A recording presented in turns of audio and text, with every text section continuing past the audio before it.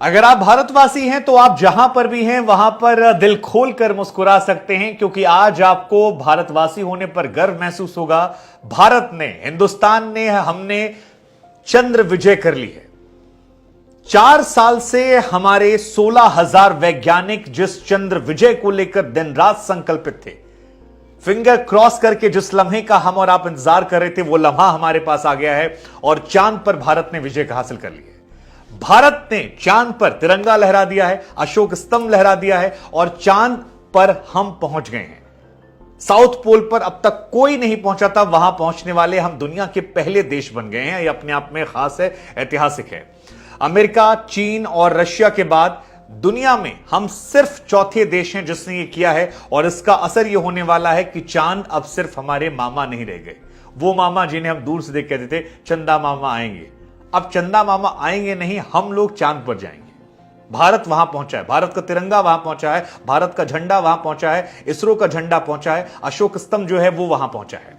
अब चांद की तरफ देखकर सिर्फ छन्नी से आप चांद को निहारेंगे नहीं, बल्कि अपने देश का जो उज्जवल भविष्य है वो भी चांद को यहीं से देखेंगे। और चांद के जरिए जब चंद्रयान हमारा वहां पहुंचा है तो दुनिया में हमारा परचम जो है इस ऐतिहासिक दिन लिखा जाएगा। स्वर्णिम अक्षरों में भारत का नाम जो है वो हमेशा के लिए आज दर्ज हो गया है। कमाल है यार। चंद्रयान हमारा जैसे ही पहुंचा, प्रधानमंत्री भी आ गए। आज प्रधानमंत्री के चेहरे पर भी जो एक्साइटमेंट है वो अलग लेवल से देखने को मिली। लेकिन पॉलिटिक्स को हम साइड में रखते हैं यार। चंद्रयान 3 के लैंडर ने चांद पर पहुंचकर इतिहास रच दिया है और इतिहास बहुत बहुत बहुत ज्यादा खास है।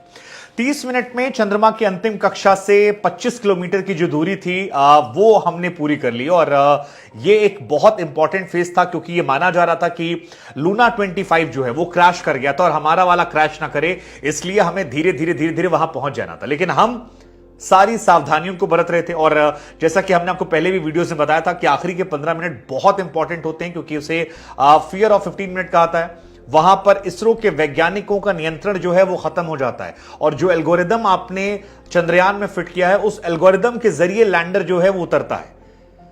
वो उतरा, बड़ी सावधानी से उतरा और 5:30 पर इस प्रोसेस की शुरुआत हुई।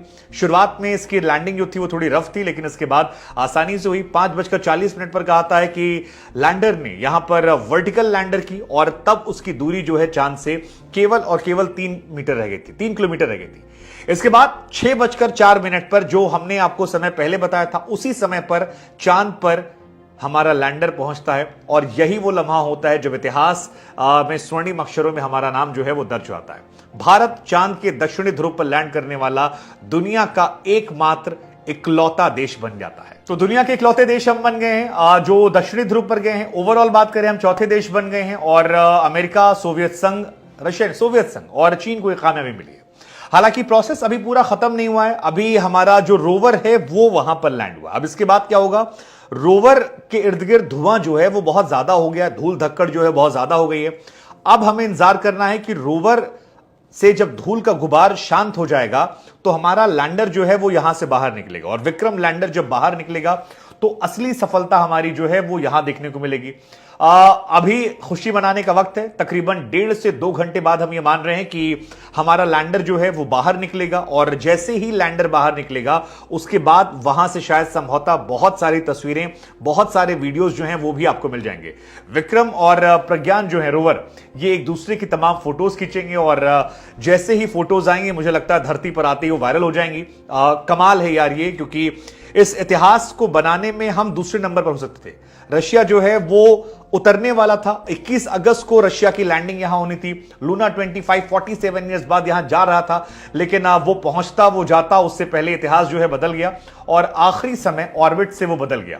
चांद की सतह पर जाकर वो क्रैश हो जाता है और हमारा जो लैंडर है वो फिलहाल पहुंच गया। सिर्फ 1.5 घंटे का वक्त है। उसके बाद हम जो है वहां से तस्वीरें, फोटोज लगातार देखेंगे, शेयर करेंगे। और यार, तो किसी की हार किसी की जीत बनती है। रशिया अगर 21 को पहुंचता तो शायद हम जश्न नहीं मनाते, अब हम जश्न मना रहे हैं तो वो भटके भटके नजर आ रहे हैं। लेकिन 14 जुलाई को 3:35 पर जो शुरुआत हुई थी उसके बाद 41 दिनों का समय लग गया और धरती से चांद की कुल दूरी जो है वो 3,84,000 किलोमीटर है। अब सवाल आपके मन में होगा कि इसके बाद क्या होने वाला है। तो डस्ट सेटल होने के बाद विक्रम लागू होगा, वो कम्युनिकेट करेगा। इसके बाद रैम खुलेगा, प्रज्ञान रोवर जो है वो रैम से चांद की सतह पर आएगा। फिर चांद की मिट्टी पर अशोक स्तंभ और इसरो की छाप जो है वो छूट जाएगी और इसके बाद फोटोज खींचकर इंडिया जो है वो वहां आ जाएंगे और हमारा दोस्ताना जो है चांद से वो काफी ज्यादा बढ़ जाएगा। कहा जाता है कि 50 साइंटिस्ट तो ऐसे थे जो दिन रात यहां पर इसको नजर बनाए हुए थे। कुल 16,000 वैज्ञानिक जो थे वो लगे पड़े थे और उत्साह बेचैनी जो है वो सबको थी और ये होनी भी चाहिए, क्योंकि 2019 में जब वहां पर हम गए थे तो फिर बहुत सारे इश्यूज हमें हुए थे, हम नहीं कर पाए थे सॉफ्ट लैंडिंग, लेकिन 19 सी गलतियों से हमने सबक लिया। और सबसे बड़ी बात, एक तालियां हमारे वैज्ञानिकों के लिए भी होनी चाहिए, क्योंकि हमारे वैज्ञानिकों ने जो चंद्रयान 3 बनाया वो लूना 25 के मुकाबले काफी चीप था, उतना पैसा नहीं लगा था, उतनी टेक्नोलॉजी वाला नहीं था।